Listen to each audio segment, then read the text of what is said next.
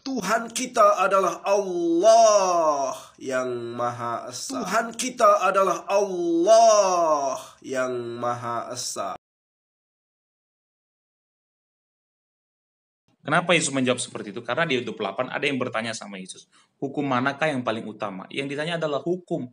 Maka Yesus menjawab dengan hukum yang sudah ada dan masih berlaku. Yesus jawab, hukum yang paling utama adalah, dengarlah Israel, Tuhan Allah kita, Tuhan itu Esa, dan seterusnya. Nyambung dong. Kalau Yesus tiba-tiba ditanya, hukum manakah yang paling utama? Terus dia jawab, akulah Tuhan, akulah Allah. Justru itu nggak nyambung. Karena lagi pembahasan hukum yang masih berlaku dan masih ada, maka Yesus menjawab juga dengan hukum. Tapi ini bukan berarti Yesus bukan Tuhan. Karena di bagian ini kita harus tahu Yesus tidak punya kepentingan menyatakan kealahannya. Tetapi di bagian lain banyak sekali dia menyatakan dia Tuhan. Yohanes 8:58 misalnya. Dia berkata, sebelum Abraham jadi, aku telah ada. Ini hanya Allah yang bisa bicara begini. Lalu di Markus 2:5-7 dia berkata sama orang lumpuh, dosamu sudah diampuni. Orang Yahudi bilang hanya Allah yang bisa mengampuni dosa. Yesus adalah Allah. Derek, Ahmed, Hayim, aku adalah jalan pembuka bagi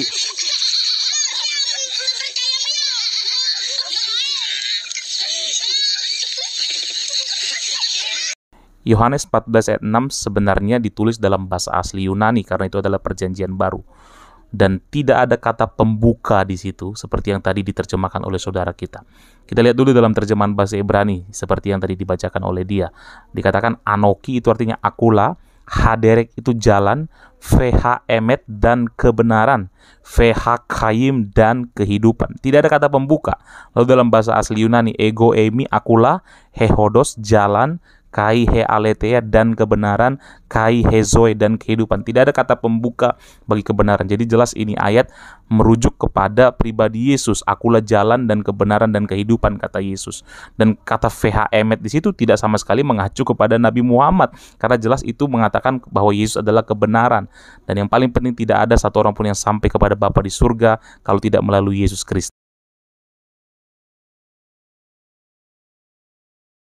Karena kurios itu bermakna tuan atau.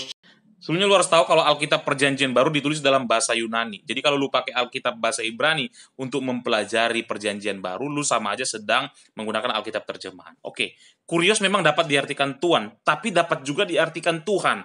Beberapa kali di dalam Alkitab bahasa asli Yunani, kurios digunakan untuk merujuk kepada Allah, kepada Tuhan. Lukas 2 ayat 9 misalnya, tiba-tiba berdirilah seorang malaikat Tuhan. Dikatakan di situ, angelos kurio epistele autois, malaikat Tuhan berdiri di depan mereka.